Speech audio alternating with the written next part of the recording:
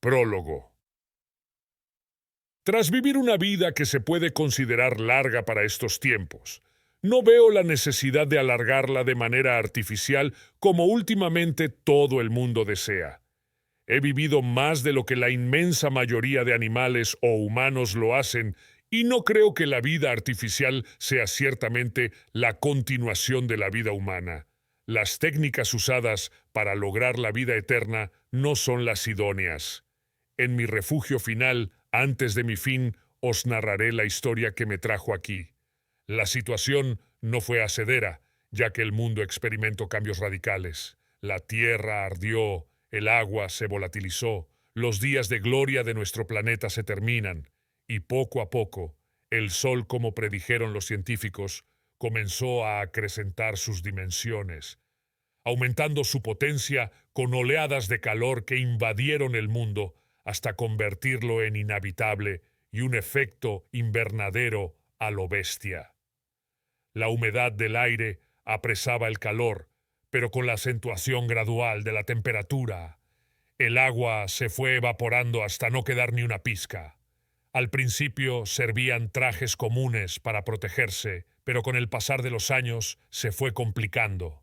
La radiación y la temperatura hicieron forzosos trajes complejos y de menor movilidad.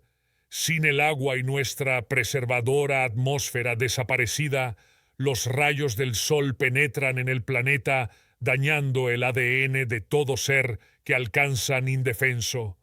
El proceso duró mucho tiempo. Nos estuvimos preparando e indagando soluciones como era de esperar en nuestra especie.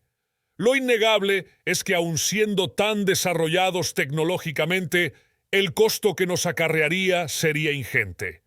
Nos buscamos la vida para crear miles de cuevas bajo tierra resguardadas por colosales placas aislantes de calor. El sistema solar era dominado por los humanos, pero no lograban aún así atajar la evolución oriunda del Sol. Continuaba siendo, junto con el agujero negro de la galaxia, lo único todavía descontrolado, y el día que alcanzase su fin, la vida allí sería insostenible. Aún así, habiendo conquistado el sistema solar y terraformado Marte, así como las lunas Europa o Encélado, teníamos que continuar avanzando. Y así se hizo. Millares de naves partieron de la Tierra hacia los destinos del universo que se creían más óptimos para poder proseguir con la vida. Miles de generaciones de humanos dedicados a propagarse por el universo, familias enteras con rumbo a las estrellas, miles de arcas de la esperanza en todas trayectorias, sin saber de buena tinta si algún día llegarían a algún destino. Sin saber si de verdad ese planeta objetivo sería al final válido para la vida o sería el final de sus vidas y una labor perdida. Este sería el objetivo a seguir por la humanidad debido a que el Sol nos reveló su envejecimiento. Lo peor era la incomunicación. Acostumbrado a ser plenamente conscientes de todo y comunicados al segundo. Esto era diferente. Llegado un punto, la comunicación sencillamente se disipa entre las ondas del espacio. Señales oriundas de todo el cosmos interactúan con las radios de alta frecuencia erigiendo una mezcla incoherente. Ni la más alta tecnología consiguió enmendar eso, y una vez superada la barrera, de ningún modo sabríamos más de ellos. Inminente a la última etapa, cuando el calor ya no proveía más tregua, la única disyuntiva era mover el propio planeta. Parece una locura que funcionó. ¿Cómo funcionó? Mediante un cúmulo de asteroides en órbita en torno al planeta, con su fuerza de gravedad tirando hacia el lado que nos concernía. Estuvimos alejando la Tierra poco a poco del calor del Sol, pero no lo logramos en un día ni en dos, ya que se necesitó tiempo que casi no había, y conforme se conseguía alejar la Tierra, vagamente las temperaturas de la misma forma fueron descendiendo. Pronto nos dimos cuenta que esto era algo temporal. Por más que se retirara, la Tierra del Sol alcanzaría el punto en el que éste simplemente se extinguiría, Su hidrógeno habría sido consumido y sin más remedio marcharía a concluir sus días como una enana negra. Pero antes se convertiría en enana blanca, un escueto punto en el espacio con una gran masa pero oscuro, sin emitir la más imperceptible luz y muy lejano del recuerdo que tantas vidas, así como tantas generaciones de humanos tuvieron de él, lo que nos proporcionó la existencia y cuna de tantas civilizaciones, además de tantas especies de animales y vegetales. De la misma forma, pereció al final, subsistiendo sus frutos tal cual queda los niños sin padres, desamparados. Lo logramos claro, preservamos el planeta y no exclusivamente la Tierra, también Marte y Venus, alejándose lo suficiente para sobrevivir. Resistir, sí, al menos unos días más quedaban asegurados, y por lo menos en la Tierra. Con la energía del núcleo se podía aún seguir algún tiempo más. La peor parte era para los de Marte y las lunas, ya que a pesar del frío del sistema solar exterior, este nunca fue tanto como ahora sin sol. Nadie logró superarlo, y la mayoría ya habían vuelto a la Tierra, el planeta madre.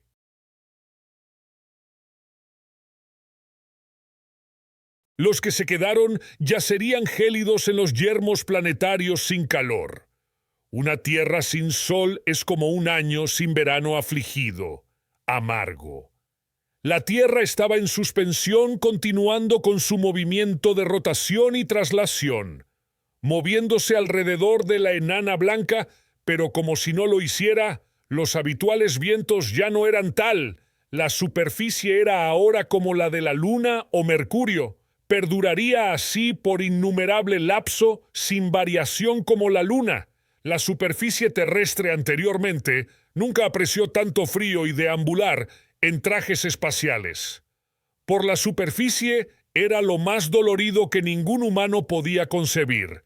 No existía nada que se pudiera hacer en ella y urgía el amparo que conferían los refugios bajo tierra. Por supuesto, de la calor vernácula del núcleo que nunca había gozado de tal jerarquía en la historia. Confinados y sin fundamentos, la vida bajo tierra no era para nosotros, y la solución solo pasaba por escudriñar de nuevo suerte en otras naves, para hallar otro mundo azul que floreciese habitable. Con esta intrepidez, los postrimeros humanos del planeta Tierra, cada vez más diezmados por la lacra de recursos, saltaron a sondear el vasto espacio y abandonaron así, al final, la madre que nos vio a todos nacer, ineludible como el único efugio las estrellas.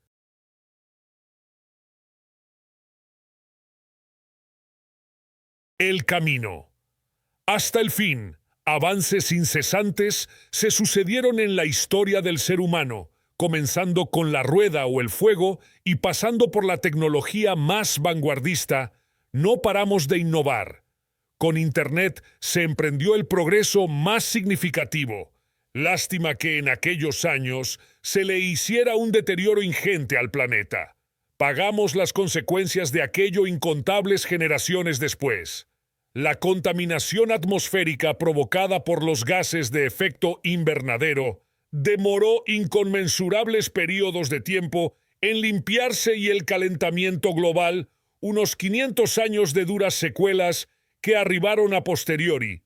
Se pagó el gasto exagerado e innecesario de materias primas como el petróleo, ya que agotarlo no fue un inconveniente para seguir moviéndonos en vehículos. Se pasó pronto a la electricidad, pero lo fue para confeccionar componentes que eran también hechos de plásticos derivados del petróleo.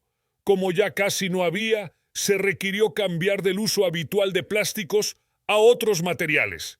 Creamos una descomunal estación espacial contigua al Sol, lo más cerca que se podía estar de él para aprovechar su energía que luego era reenviada a la Tierra mediante satélites más pequeños.